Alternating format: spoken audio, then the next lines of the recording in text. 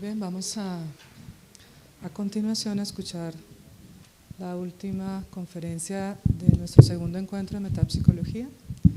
Está a cargo del doctor Hernán Santa Cruz, médico psiquiatra, psicoanalista didacta de la Sociedad Psicoanalítica Freudiana. Entonces vamos a cerrar con broche de Santa Cruz nuestro encuentro.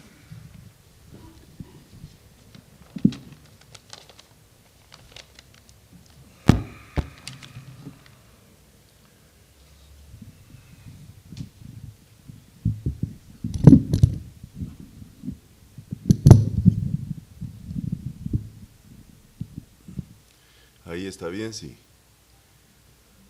El sonido lo alejo un poco.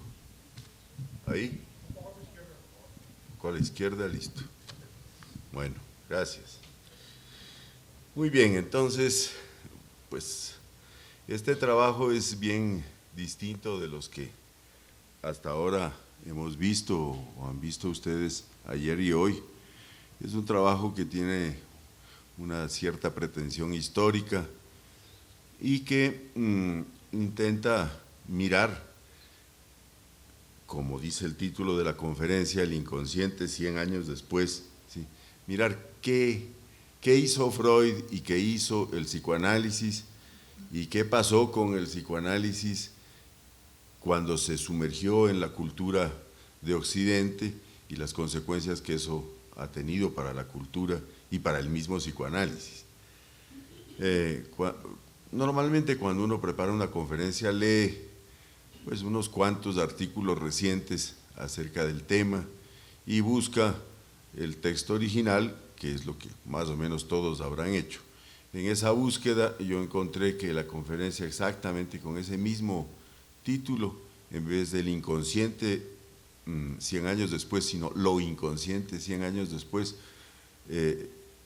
se llama un trabajo de la doctora Puget, Janine Puget, de Buenos Aires, que pronunció y fue después publicado el año antepasado.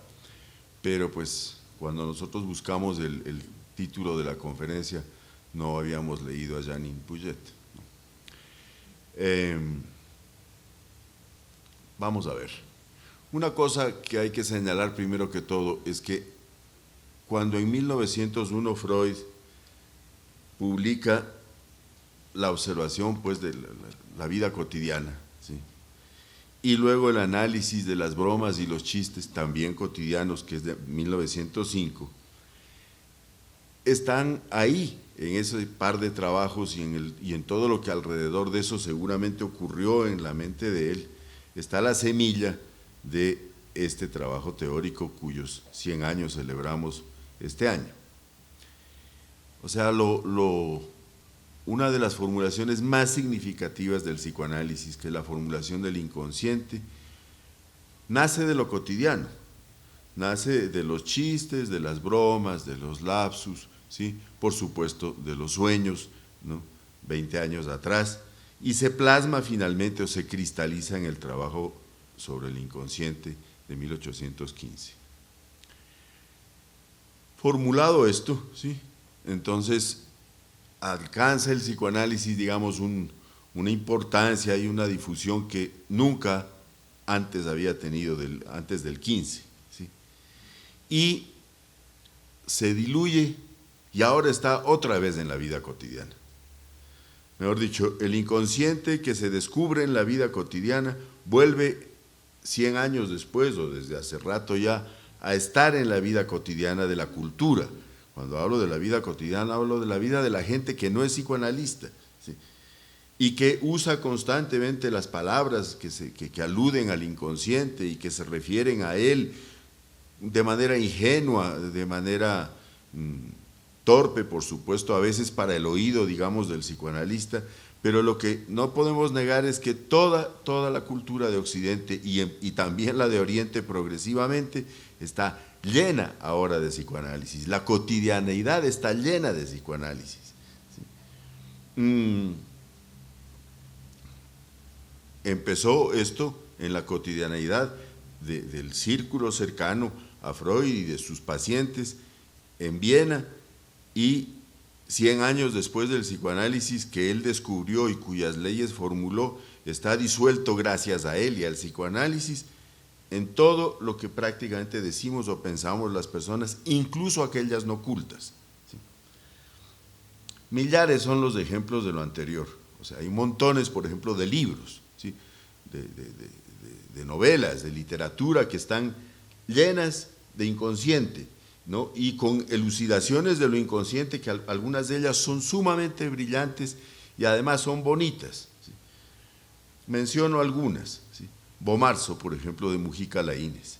El Bomarzo de Mujica Laínez, que es un libro publicado el año 62 del siglo pasado, es una novela en la que el inconsciente y lo inconsciente está figurado en ese parque de monstruos, etcétera, ¿sí? De una manera absolutamente hermosa y significativa. ¿Sí? Noticias del Imperio de Fernando del Paso, también hablando de la viuda, ¿sí? del rey, entre comillas, de México y de lo que ella imagina en su delirio. ¿Sí? Casi todas las obras de Sándor Márai, el húngaro, que luego a los 89 años se suicidó cuando vio que empezaba a perder facultades, hizo lo que hay que hacer en esos casos. La República de los Sueños de Mélida Piñón también está llena de psicoanálisis. ¿Sí? El Santo Oficio de la Memoria de Mempo Giardinelli, que habla de toda la migración italiana y de todo el papel del inconsciente de los migrantes y de lo que pasa en el inconsciente del migrante, que no es lo mismo que pasa en el inconsciente del que no ha migrado, del nativo.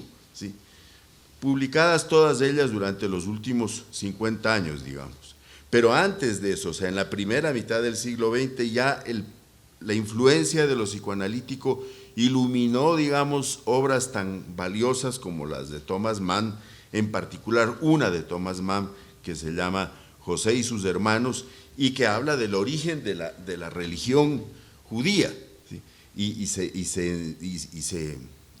explica todo eso usando las herramientas que Freud dio y haciendo, digamos, a través de la novela una deconstrucción de las creencias religiosas originales y que fundamentan el judeocristianismo de una manera además pues muy hermosa, como cabía esperar. Bueno, ahora, una cosa hay que decir. El arte y la filosofía entonces se apoderaron del psicoanálisis primero o mucho antes y con muchísimo más de entusiasmo que los médicos, ¿sí? Y que los psiquiatras y que los neurólogos, ¿no? O sea, los filósofos y los artistas y los literatos del siglo XX hacen suyo pues con entusiasmo y con absoluta, digamos, con absoluta fe, ¿sí? De este descubrimiento de Freud, ¿sí? Y lo plantean y lo explican y lo difunden con mucha más eficacia que lo que hizo la Biblioteca Nueva o la Standard Edition o Amorror tú ahora. ¿Sí? Ahora, el cine por supuesto no tardó en hacer lo mismo. ¿Sí? Ya hemos visto hace un rato, ¿no?, esas 3 muestras muy lindas de esto, pero el cine está lleno de psicoanálisis. ¿Sí? En términos cercanos a la cultura nuestra, Buñuel y las películas de Buñuel, Viridiana, no las obvias y más bien simplonas de los yanquis, sino Buñuel, por ejemplo. ¿Sí? Yo creo que finalmente, ¿sí?, tenemos el Internet. Internet está lleno de lo inconsciente, de una manera caótica, desordenada, espantable. Ahora el inconsciente de la especie humana está en la nube, ¿sí? O sea, si usted abre allá y se mete allá por cualquier camino que coja, buscando una referencia concreta acerca de cualquier tema que le interese, si usted sigue y se queda ahí como hacen los muchachos, ¿no?, 2, 3, 4 horas navegando, el término es perfecto, ¿sí?, termina mirando uno toda clase de cosas, inconscientes muchas de ellas, monstruosas algunas, asustadoras otras, ¿me entienden? Pero ahí está el inconsciente de la especie completa en la nube, ¿sí? Al alcance de cualquiera de nosotros, ¿sí? De gente que ni siquiera sabe que eso se llama inconsciente y que en su ingenuidad creerá, ¿sí?, que eso fue un resultado, ¿sí?, del Internet. Pero bueno, una de las implicaciones más importantes, ¿sí?, una de las consecuencias más importantes de el descubrimiento del inconsciente y de la formulación de sus leyes y de la formulación de la comunicación entre los tres sistemas, el PREC, el CCC y el INC, es un golpe terrible, mucho más grave que el que ya había dado en el párrafo que citaron los exponentes, los que expusieron antes que yo, ¿sí?, acerca de la religión. ¿Sí? O sea, esto yo sí creo que debe ser dicho y que debe ser pensado y que no debe ser eludido, porque todos aquí estamos marcados, ¿sí?, por el judeocristianismo y por una de sus versiones, la más antigua y la más primitiva también, que es el catolicismo. ¿Sí? O sea, miren, el descubrimiento freudiano elimina la idea del libre albedrío.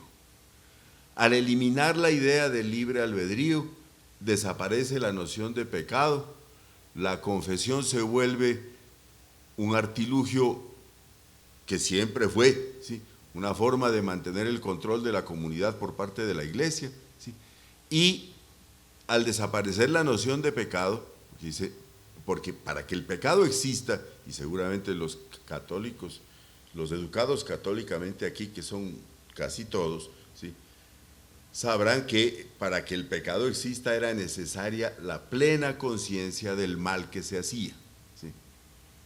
Y resulta que no. Yo de ninguno de mis pecados ni de ninguna de mis buenas acciones soy plenamente responsable. El responsable es el INC. Y yo no sabía por qué hice eso. Después me lo he preguntado y digo yo, pero ¿por qué actué de esa manera?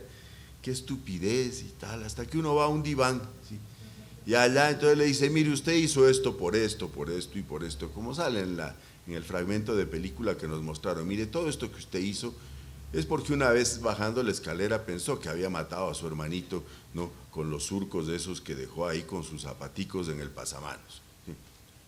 Dice así, pues, ¿y por qué maté a mi hermano? Pues porque tenía celos de él. ¿Y por qué tenía celos de él? Porque le quitó a la mamá, hombre. Ah, bueno, ya, listo, ¿sí? Entonces, ¿qué? Yo no soy culpable en sentido estricto, porque hay que entender que la noción del pecado se transfiere a la filosofía del derecho, ¿no? Y entonces, ¿qué tenemos? Que los sujetos cada vez más no son delincuentes, sino enfermos, ¿sí? Y esa transformación, pues, ayuda muchísimo a la comprensión, no a la comprensión de los pobres delincuentes que la siguen pasando muy mal, claro, ¿sí?, sino a la comprensión de la maldad propia, ¿sí?, o de lo que llamamos la maldad propia de lo humano. La maldad no está afuera, la maldad no viene de la incitación venenosa y hábil del demonio. El demonio está en mí, ¿sí? También el diablo vive en mí, nació conmigo. Entonces, desaparecido el diablo afuera y desaparecido Dios afuera, todo está dentro de mí. Carga espantosa esa. O sea, llegar a esa conclusión produce una enorme consternación. El mundo es mucho más fácil si uno tiene a quien echarle la culpa, ¿sí? Si la culpa es del diablo o la culpa es de mi ángel de la guarda y del diablito que tengo, el diablito en el hombro derecho y el angelito en el izquierdo, como le decían a uno en el catecismo, que pelean por el alma de uno y le susurran las buenas acciones y las malas acciones, ¿no?, que son, digamos, limitadas por la buena voz del angelito de la guarda. Angelito de la guarda que además resulta luego ser un traidor, ¿no?, porque el ángel de la guarda es el testigo principal en el juicio final individual que nos espera a todos en el valle de Josafat cuando los tiempos terminen, ¿no? O sea, el ángel de la guarda, ¿no? Que le dicen a uno, ángel de la guarda, no me desampares ni de noche ni de día, y toda esa jerga infantil y conmovedora, es un desgraciado el ángel de la guarda, ¿me entiendes? Cuando el juicio final llegue, entonces el ángel de la guarda es el testigo principal de la fiscalía, ¿sí? Porque él es el que ha presenciado todo lo que uno ha hecho, ¿sí? En fin, digamos que se desarma toda esa estructura que gira alrededor de ese intento, ¿no? Por otra parte, digamos, inevitable de las religiones por explicar el mal, ¿sí? Ahora, en este mismo sentido, ¿sí?, la exploración de los contenidos más patógenos del inconsciente, uno de los contenidos más patógenos del inconsciente, que es el sentimiento de culpa, ¿sí?, hace también, ¿sí?, al mostrar sus raíces infantiles, al mostrar su remoto origen en la temprana infancia, al demostrar su absoluta universalidad, porque la culpa es universal, nadie está libre de culpa, ¿sí? Todos tenemos culpas, y esas culpas arrancan de mucho antes de que el idioma ni siquiera fuera formulado en nuestras cabecitas. Al eliminar la culpa, ¿sí?, también le hace un gran bien a la humanidad, y la Iglesia por eso ve con profunda desconfianza el nacimiento del psicoanálisis en Occidente y en los países latinoamericanos. Aquí hubo un trabajo sumamente sesudo, grueso y fanático y feroz de un sacerdote no jesuita, Aldo Stella, que escribió un informe reservado para el obispo, para el cardenal de la época, acerca del psicoanálisis. Yo, por mi cercanía con los curas, tengo la suerte de poseerlo. Es un documento muy bien hecho. Aldo Stella era psicólogo, y escribió esto contra el psicoanálisis y advirtiéndole a la Iglesia Católica Colombiana del peligro que representaba el psicoanálisis para la estabilidad y el futuro de la religión católica en Colombia, ¿sí? Me imagino que terminaré entregándolo a la sociedad para que sepamos todos cómo es que nos fue y por qué nos fue tan bien finalmente, porque a mucha gente la llegada del psicoanálisis le hace sentir un fresco extraordinario, ¿me entiendes? No solo porque se alivia de las culpas, sino también porque puede desarmar esa construcción opresiva, ¿sí?, y absolutamente irracional que es el catolicismo en América Latina. Ahora, voy a referirme al texto de Freud, en la versión de Amor Rortu, en la página 191, en relación a los contenidos del inconsciente. Dice él: puede ser comparado con una población psíquica primitiva. Si hay en el hombre unas formaciones psíquicas heredadas, algo análogo al instinto de los animales, eso es lo que constituye el núcleo del INC. A ello se suma, más tarde, lo que se desechó por inutilizable en el curso del desarrollo infantil y que no forzosamente ha de ser por su naturaleza diverso de lo heredado. Freud aquí, digamos, no sé qué estaría pensando cuando escribió este parrafito, pero yo sí, claro, lo leo a mi modo, porque todos leemos Freud a nuestro modo, ¿sí?, y eso no nos vuelve ni herejes, ¿sí?, ni dignos de condena, ¿sí? Mi lectura de Freud está determinada por mi vida, por mi estudio, por mis lecturas y por mi neurosis, ¿sí?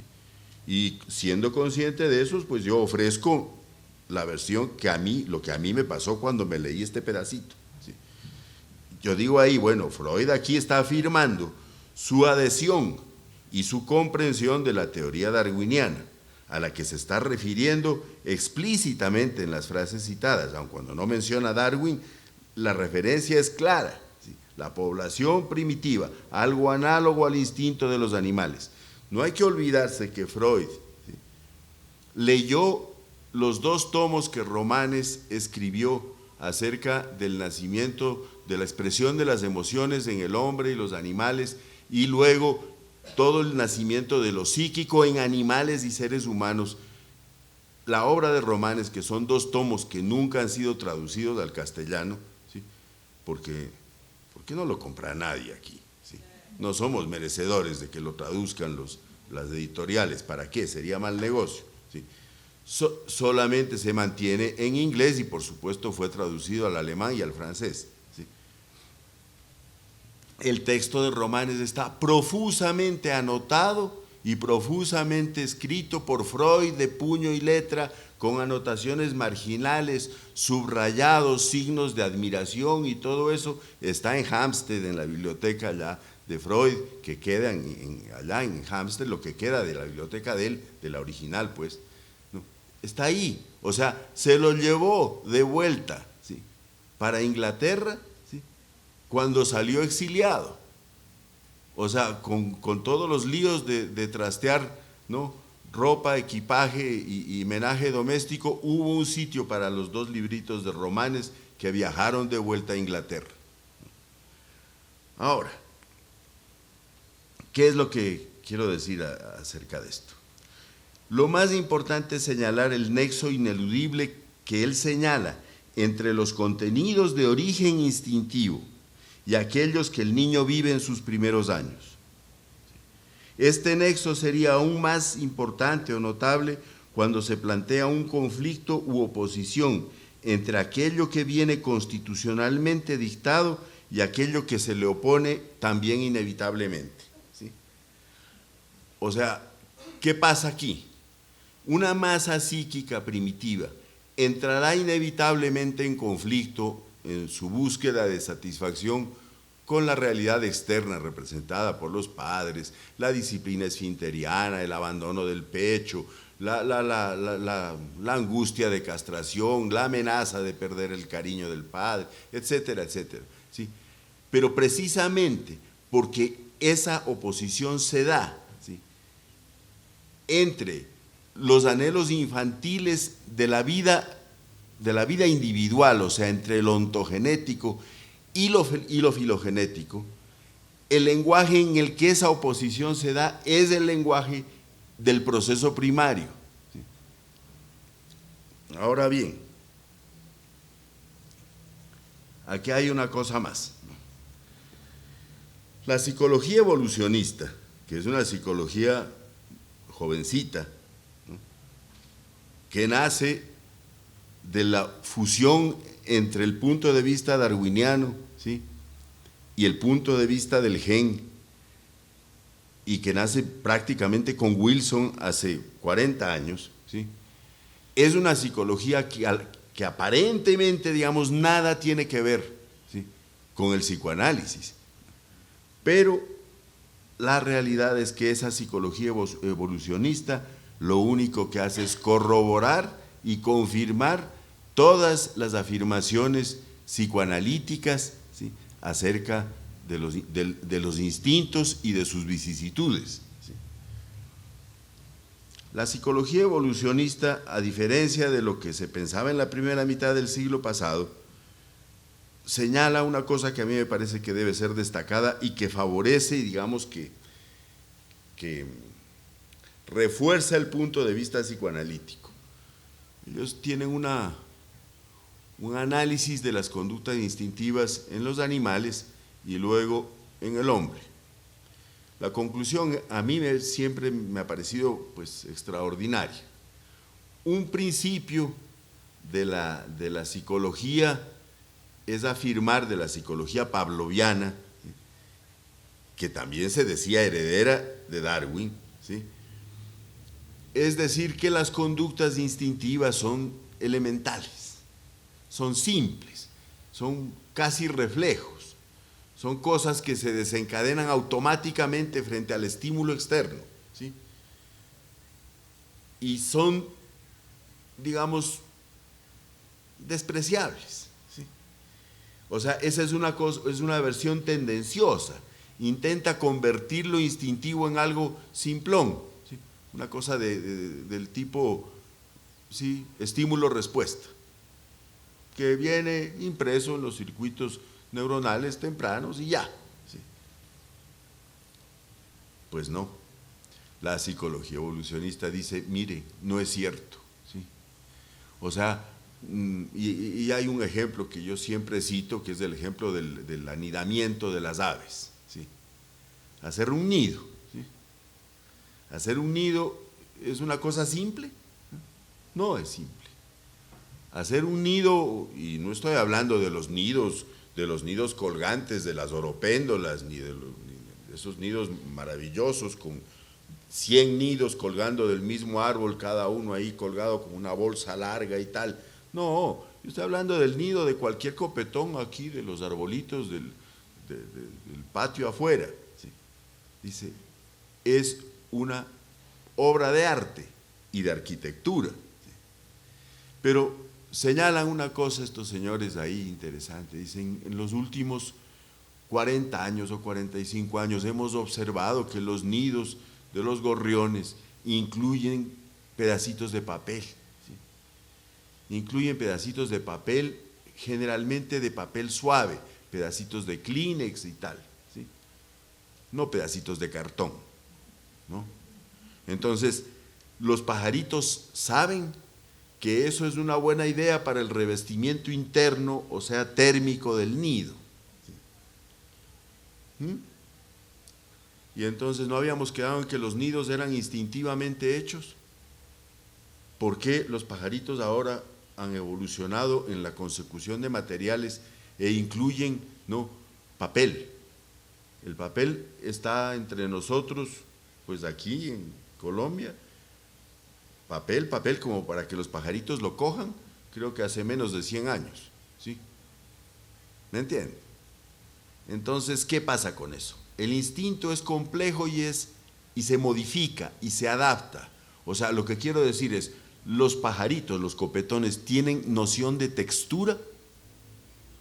¿Tienen una noción de textura? Habría que reconocer que sí. Entonces no es tan simple el instinto, ¿no?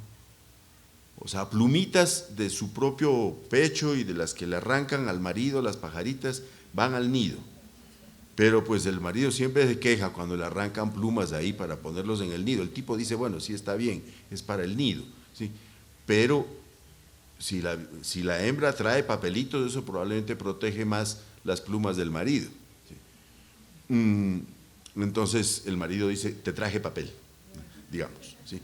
Te traje papel para que no me desplumes a mí, ¿sí? A ver, ¿a dónde voy con todo este cuento?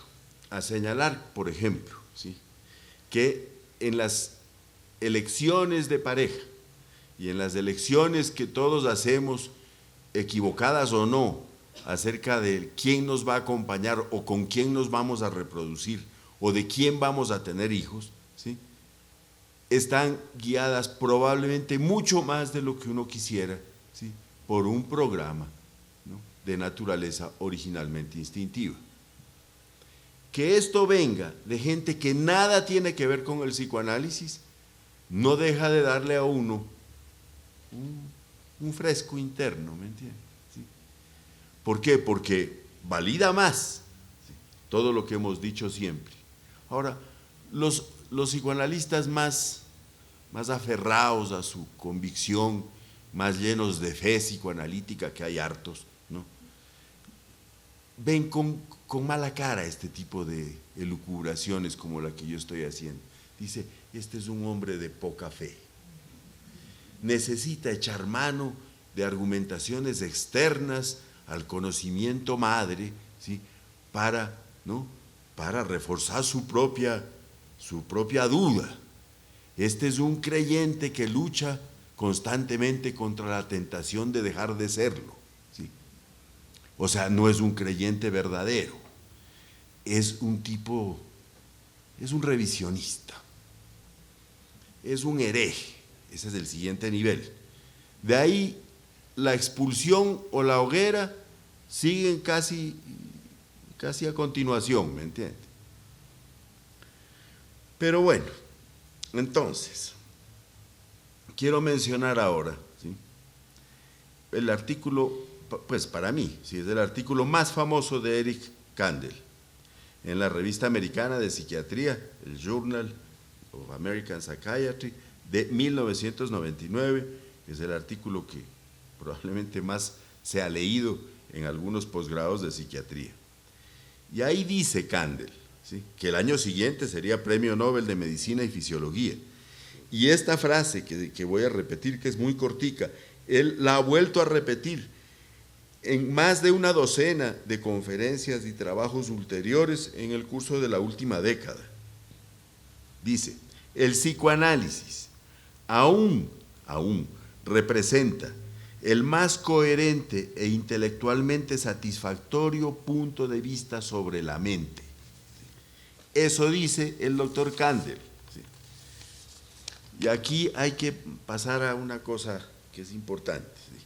Las afirmaciones tan frecuentemente escuchadas acerca de que los descubrimientos de la neurociencia desmontan la construcción teórica del psicoanálisis y en particular del inconsciente son no solamente erróneas, sino tendenciosas. También hay que señalar que si bien el psicoanálisis no necesita afirmar con datos provenientes de otras disciplinas la veracidad de uno de sus postulados esenciales, eso es para que no me quemen, ¿no?, tampoco puede ignorar despectivamente todos los descubrimientos que desde otras perspectivas científicas y con otros lenguajes lo confirman. ¿Sí? O sea, eso no puede ser hecho, entre otras cosas por lo siguiente. Miren lo que pasa. ¿Sí? ¿Dónde está, en qué lugar del mundo está el auge de la neurociencia y todos los estudios, pues, de toda la gente que está trabajando con esto en Norteamérica? Es en Norteamérica, no es en ningún otro lugar, es fundamentalmente en Norteamérica, en Inglaterra un poquito, pero en ninguna otra parte más que en Norteamérica. Eso ha sido usado por la psiquiatría norteamericana, ¿sí?, para devaluar y para, digamos, abominar de lo psicoanalítico, ¿sí? Pero aquí hay que señalar una cosa, esa abominación de lo psicoanalítico era de esperarse. ¿Por qué? Porque lo psicoanalítico norteamericano, que es la psicología, la famosa psicología del yo, Hartman, Criss y Lowenstein, ¿sí?, se lo merecía. O sea, se lo merecía. ¿Por qué? Porque implica un vergonzoso arrodillamiento de los psicoanalistas que emigraron a Estados Unidos, ¿sí?, ante un sistema de creencias fundamentalista y cristiano que necesitaban tener a favor para tener el derecho a ganarse el pan de cada día cuando llegaron, ¿no?, desplazados, hambreados y sin cinco y sin subsidio, porque en Estados Unidos no había petros que subsidiaran a los analistas desplazados, ¿no? Y entonces eso los obliga a hacer una vergonzosa, digamos, abdicación de las cosas principales del psicoanálisis. Yo los entiendo, porque es un problema, pues, es un problema de la tristeza de la condición humana y de la necesidad que todos los seres humanos, pues, tenemos, ¿sí? Y entonces, ¿qué hacen? Construyen una psicología liviana, al modo gringo, una psicología psicoanalítica light, todo en ellos es light. Cigarrillos light, cerveza sin alcohol y psicoanálisis sin sexo. Entonces todos estamos felices. ¿Sí? Obviamente ese psicoanálisis no se sostiene y por supuesto es arrollado y se lo merece, como digo, ¿sí?, por la neurociencia y por toda esta cosa de los paradigmas científicos y tal, ¿no?, de la neurociencia que hace suyos la psiquiatría, que se entregó totalmente en brazos del psicoanálisis cuando el psicoanálisis llegó a Estados Unidos después de 1911. Sin embargo, Freud lo advirtió. Freud dijo, ¿sí?, el psicoanálisis va a ser en Estados Unidos la sirvienta de la psiquiatría, así como las señoras vienesas nobles se van de muchachas de servicio, ¿sí?, ahora a Estados Unidos para sobrevivir. ¿Sí? Pasó exactamente como él había dicho. ¿Sí? Ahora bien, como ejemplo de lo anterior, se puede mencionar la semejanza entre nociones tales como memoria implícita no declarativa y proceso primario, y memoria explícita declarativa con proceso secundario. Si uno homologa las dos nociones, no hay ningún problema, ¿sí? Si uno lo dice así, entonces dice, no, este es un neuropsicólogo, un científico.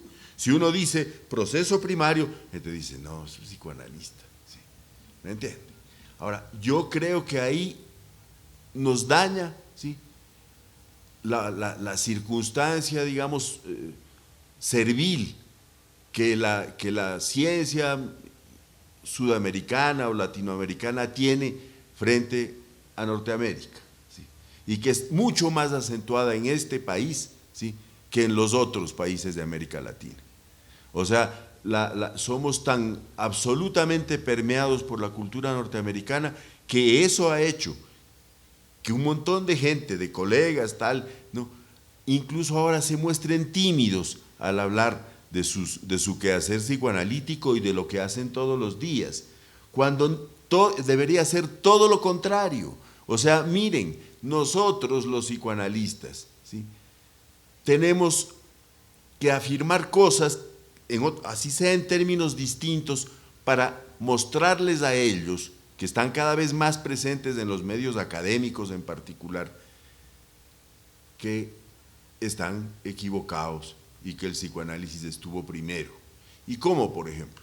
Les voy a dar un par de ejemplos de esto. Los neurocientíficos están desesperados buscando niños, ¿sí?, buscando niños que hayan muerto de manera súbita, y que estén sanos previamente, ¿sí?, y que les permitan mirarle los cerebritos, ¿sí?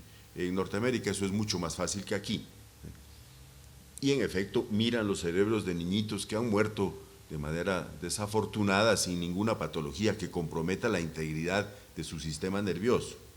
Y entonces, ¿qué encuentran?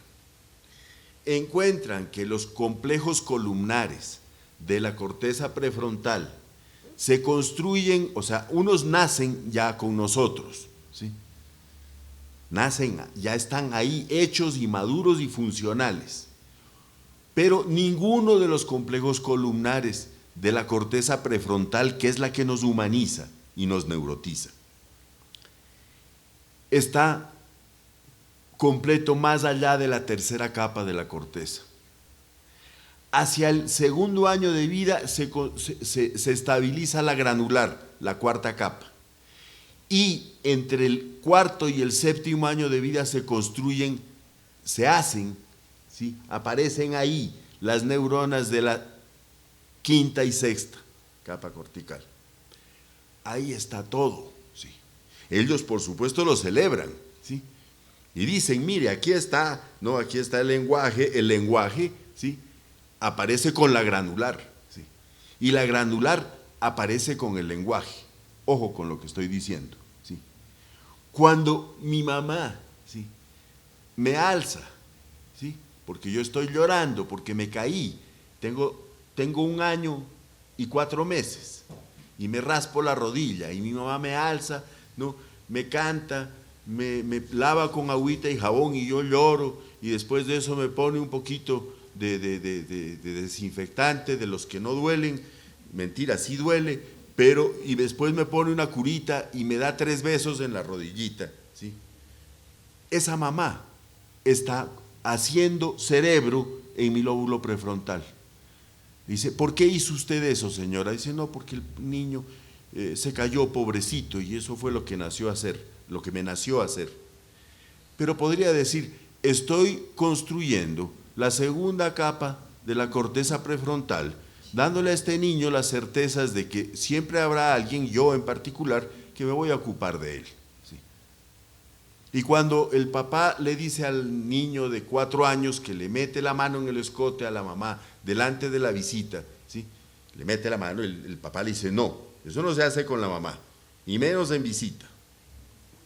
¿Qué está haciendo? Dice, no lo estoy corrigiendo, es el colmo, le está cogiendo la teta a la mamá delante de la gente, qué horror, ¿no? Qué vergüenza, malcriado.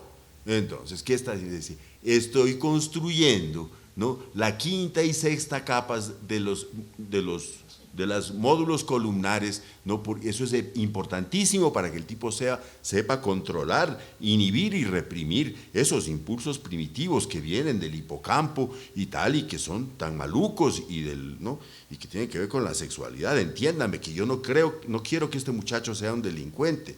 Yo sí quiero que coja muchas tetas, pero que lo haga en privado, ¿sí? Que lo haga en privado y pidiendo permiso primero, ¿sí? Hombre, miren, lo que quiero decir es esto: la maduración y el desarrollo del cerebro prefrontal se hacen a partir de la interacción con la madre, no es al revés. No es que la aparición de la tercera capa cause, la cuarta capa cause el lenguaje, sino que es el lenguaje el que hace que la cuarta capa se dé. ¿Me entienden? Y eso es mucho más importante de lo que parece en primera instancia. O sea, cuando yo veo un paciente, si yo digo, mire, estoy interpretándole a este paciente aquí los problemas que ha tenido siempre con el asunto de la limpieza, y él es muy obsesivo y tal, y digo yo todo eso. No, los neurocientíficos me miran con un mohín de desdén. Pero si yo digo, ¿sí?, estoy creando sinapsis nuevas, ¿sí?, que le hagan a este sujeto abandonar su comportamiento obsesivo, ¿sí?, por la creación de nuevas conexiones que resultan mucho más eficaces que las pepas que le han venido dando hasta ahora para que él se cure de eso. ¿Sí? ¿Me entiende? Entonces dice, no, ¿y cómo hace eso? ¿Pero cómo la reconecta? Pues ahí hablando, y yo hablo con él y viene 4 veces por semana, y no le cobro mucho porque está un poco pobre, pero pues eso es lo que hago. Y uno lo dice con una timidez, con una cosa vergonzante, porque como uno no puede hablar de sinapsis, ¿y por qué no vamos a poder hablar de sinapsis? Si fuimos capaces todos de entender, los que aquí somos psicoanalistas o nos estamos formando para ello, si fuimos capaces de entender el artículo que nos ocupa hoy, lo inconsciente, ¿cómo no vamos a entender 3 pendejadas que están dichas ahí en cualquier texto de fisiología cerebral? No es más que saberse las claves básicas de las palabras, y uno aprende también eso, ¿sí? Lo que quiero decir es que no tenemos por qué tener una postura humilde ni vergonzante frente a los otros, ¿sí? Nosotros somos los que tenemos la verdad, nosotros somos los que tenemos mucho más claridad acerca de cómo funciona la mente humana. Ay, ¿por qué dice eso? Lo dijo Kandel. Bueno, ahora,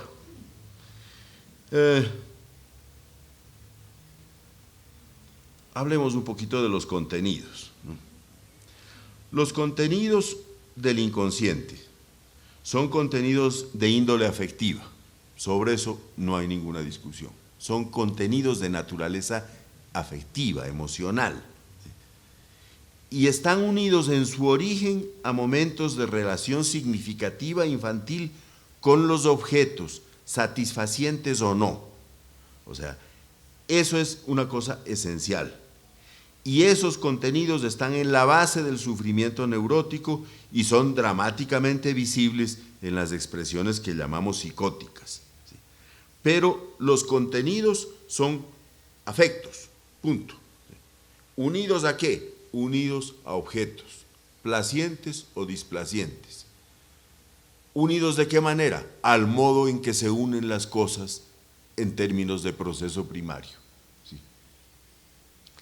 Que es que a mí me interesa fundamentalmente mirar la naturaleza del nexo que se construyó allí, ¿sí?, entre el objeto, ¿no?, y la experiencia emocional previa y la que se derivó de la satisfacción o insatisfacción con el objeto.